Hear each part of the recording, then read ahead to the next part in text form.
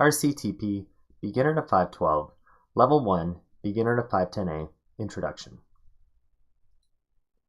At this point in your rock climbing career, if you're climbing about once every 2 weeks, you're going to probably stay at the same level that you're at.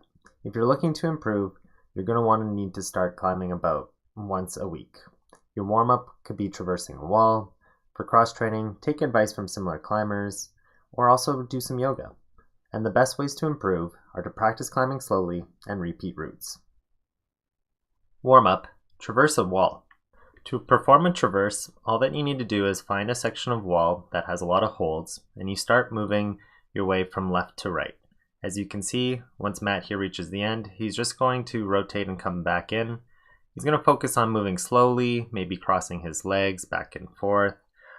He's also going to focus on grabbing different holds. And most importantly, he's going to focus potentially on going a little deeper and trying to make some of these poses into a little bit of a stretch. Here is an outline of the stretches that we're going to be going over in the next few videos. Flat hands. For this basic hand stretch, we want to keep our hands flat on the mat. Over time, as we start to build up our finger strength, our fingers are naturally going to start to curve inwards. So keeping our hands flat on the mat is a great way to stretch them out. We don't want any space underneath our fingers, so try to keep them as flush as you can to the mat. Dragon, wing dragon.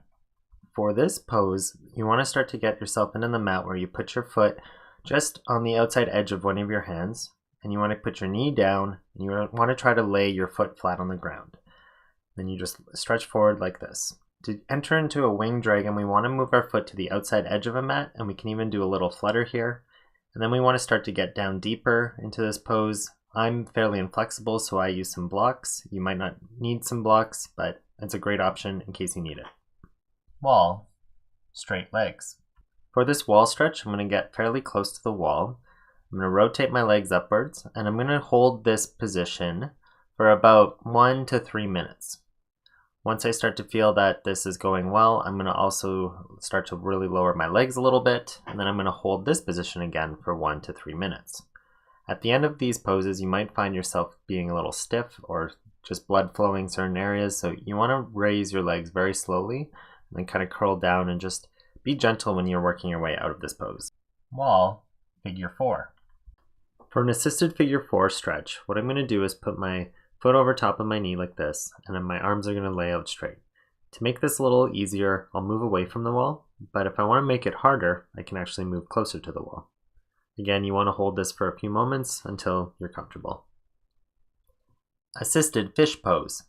For the assisted fish pose, you want to put your blocks on the mat in an orientation that you see here. I'm going to slowly start to lean down, and that first block is going to touch my back, about the middle part of my back. My yoga instructor described this as putting it around where your bra strap would be, then my head goes down, and then you want to put your hands like you see like this, just outside like a T. You want to hold that for a little bit. If you're a little bit more flexible, you can also rotate these blocks up and then lie back down on the mat. Wall, shoulder twist. For a wall twist, this really helps out your shoulder. Just put your hand like this and you just slowly start to rotate. If you have very tight shoulders, you'll probably feel this right away. So here I am warming up at a gym. This is actually one of my favorite warm-ups. I continue doing this wall stretch. I also include a tricep stretch over top of my head, just like this. For cross training, take advice from similar climbers. So if you're a shorter person, ask another short person how to climb a certain route. If you're a mesomorph, ask a mesomorph, what do you do on this boulder problem? If you're an ectomorph, say, hey, what do I do? I'm having some struggles here, to another ectomorph. Another great way to do cross-training for rock climbing is really to focus on yoga. This is a calisthenic type of exercise, so this is basically moving your own body weight around, and you can look at yin or hatha yoga. Terminology. Wow, do rock climbers love their terms. So let's start going over quite a few at the beginning, just because you kind of need to understand some, and maybe you've heard these around the gym, but you don't really know what they're talking about. So crux. Crux is the hardest part or parts of a climb. Beta. Beta is showing or describing how to do parts of a climb. So somebody might say, I don't know how to get up past that big hold. And it says, okay, at the middle of that big hold, what I want you to do is put both hands on it and then stand up. That would kind of be an example. Red point.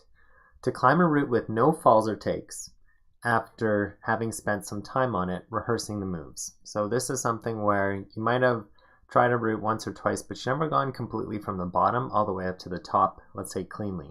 And the first time you do that cleanly after practicing on the route would be called a red point.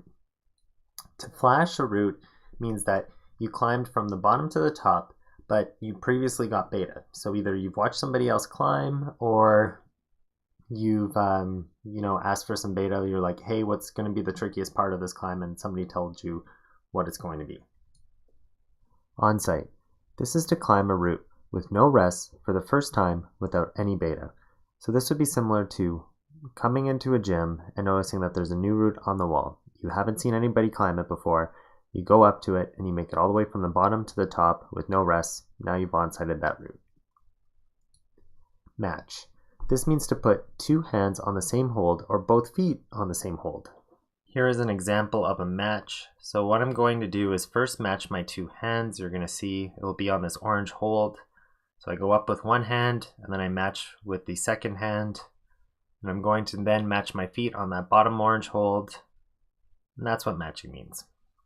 Static is a style of climbing where you're moving a limb to a new hold without any body momentum. And the opposite of that would be dynamic movements, which is a style of climbing where you're moving a limb to a new hold with body momentum. I'm going to begin this black route with a very dynamic movement. So you watch me just like jump up almost. And then I'm going to move into a very static movement and way of climbing. You see how I'm no longer really jumping or using my momentum to get up the wall. I'm now just slowly moving as I complete this problem. The best ways to improve are by climbing slowly and by repeating routes. By climbing slowly, you're going to be focusing on movement and your body position, and ultimately you're also going to be learning how to read routes better. By repeating routes, what you're doing is that the first time you might have climbed a route, you might have been a little tense, you might have had some difficulty in reading it, but now that you're repeating it, you now know what the moves are and you can practice polishing up those moves. Suggested schedule. At this level, climbing once a week is pretty easy to do. All that you're really looking at doing is, making sure that you don't overtrain your body. So if you are going to do weightlifting, I put it in as optional here. And just all you want to do is just make sure that you're not like weightlifting the day before you climb, because sometimes you have an off day and then you're pushing yourself a little bit too much and you might put too much stress on your body. So give your body about a day of rest.